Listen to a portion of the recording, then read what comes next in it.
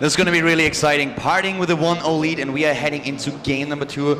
And we'll find out if Parting is able to edge out a win on the second map, or if we suddenly have a comeback by Yoda. The Terran player in the first game was kind of overwhelmed by Parting's decisions, but now maybe he's going to find an answer to the problem.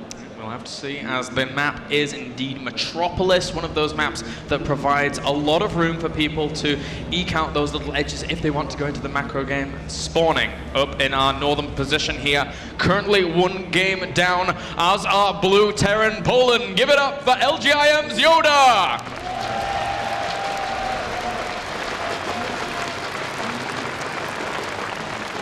And starting to the bottom of the map, in red is our Protoss player for SK1. It is Parting!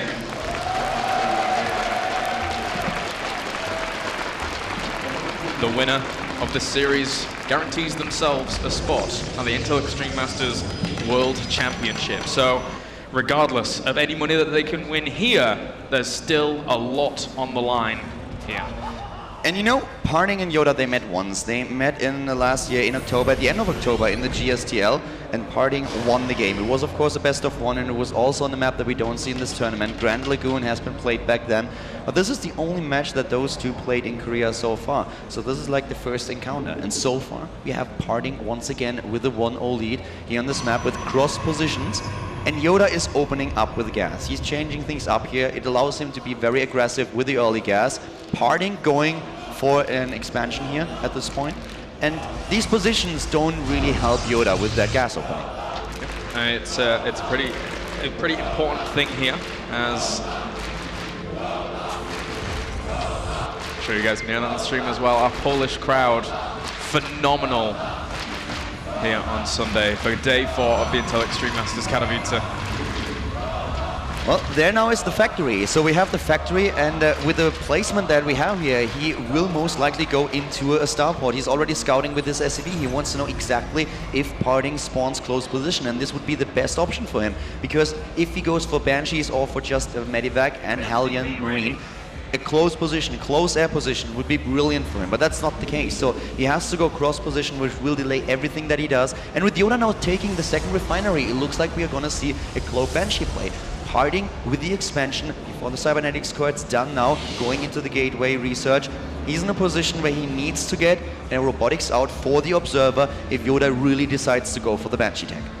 And that factory finishing up, good to go. The starport is now on the way. And the SCV heading in here for Yoda, having a little bit of a look around. Sees pretty much everything, thanks to the fact that first Stalker is only just about to pop. And from that point on, Yoda, all he has to do is apply the pressure. There's a lot of airspace that those Banshees can exploit. And that's the big question now. How much damage will Yoda actually do? He's trying to sell this idea of an expansion with a bunker at the front that he doesn't have yet. For Parting, we don't have a lot of scouting information. He doesn't really know what's going on. He doesn't even know where his opponent spawns.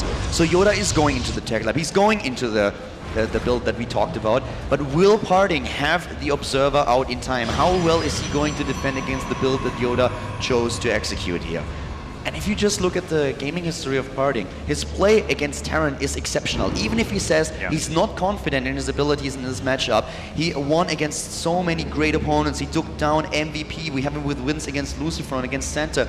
He lost to Lucifron in this tournament though, but this was at a situation where he was already out of the group, so I'm not quite sure if all his heart was in those games. I have to admit that I haven't seen these games. We were casting different matches at the time.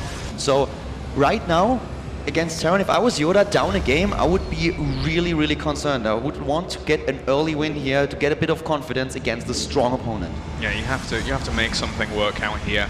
Going 2-0 down against a player like Parting and being on match point like 3 times is absolutely insane. We do have 5 gateways worth of production here for Parting, but will this cancel out the potential of Cloak? That is now so interesting. You know, we had this situation several times, and quite often if you execute it well, the Protoss player is gonna win this battle. The reason being is you don't have cloaks, you don't have detection. So the big problem for you is you can't detect those Banshees, but they will run out of energy eventually. So if you just pull the probes away and your opponent only has like, let's say 2 or 3 Banshees, You can just buy yourself enough time so that the Banshees run out of energy, you have the better production, you're crushing through the defense of your opponent because he can't defend here. The first Banshee already on the way now, so this is all battle about making decisions now, trying to get into a spot where you can take down your opponent's units, where you leave yourself in a situation where you still have buildings, where you have the better army, and as soon as the Banshees run out of energy, you can take them down. But if you are not able to do that, if the Banshees survive, then suddenly you are in trouble. This is so interesting. The force field missing a little bit, but he's getting the second one, and Parting now moving in. Yoda is losing that bunker at the front immediately. He does not have this defense up. Just look how Parting is able to walk through,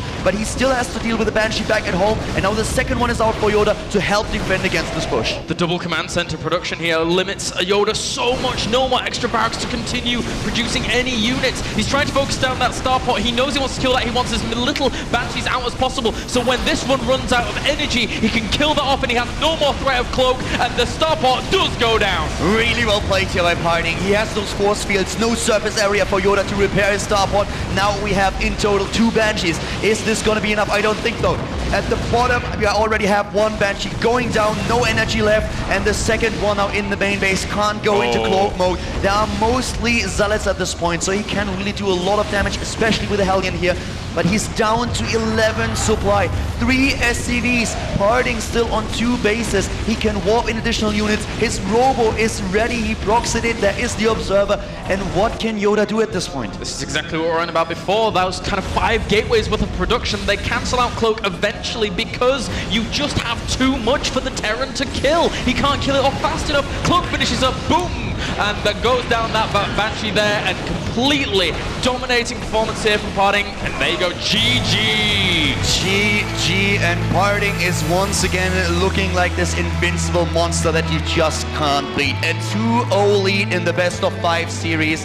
He is the WCS champion. He won WCG. He looks unstoppable.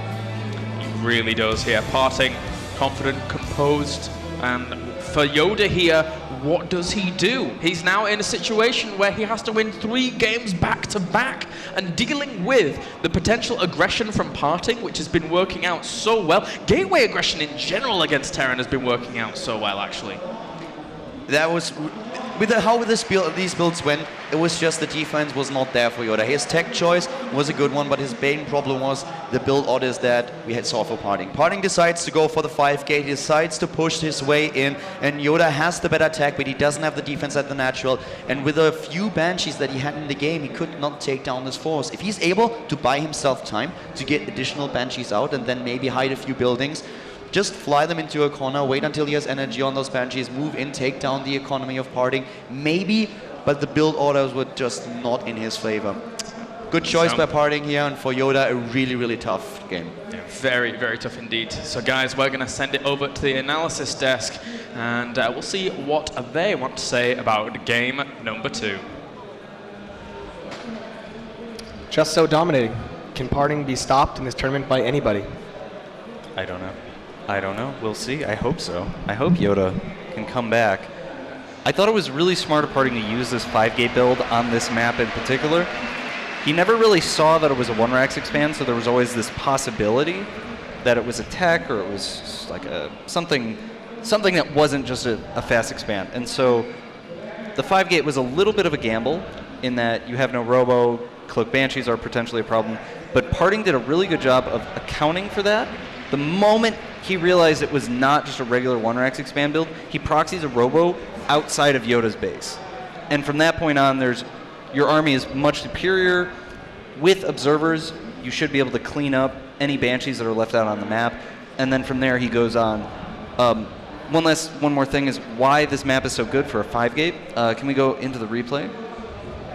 So, can you just back up for a sec, Todd? Like right to when the battle starts. Most maps, yeah, that's good. Most maps do not, when you enter the natural, just go ahead and play it. The thing is that I want to explain also is that Parting here, he's on 5 gates, and on this map this is going to be very good because the bunkers are always going to be here. You can force field behind very easily. Yep. And there is no ramp here, right, so that he can immediately see where the bunkers are, and he can choose pretty much straight away how this is going to go and react accordingly. And this time, there was a Banshee flying into the mineral line of his expansion.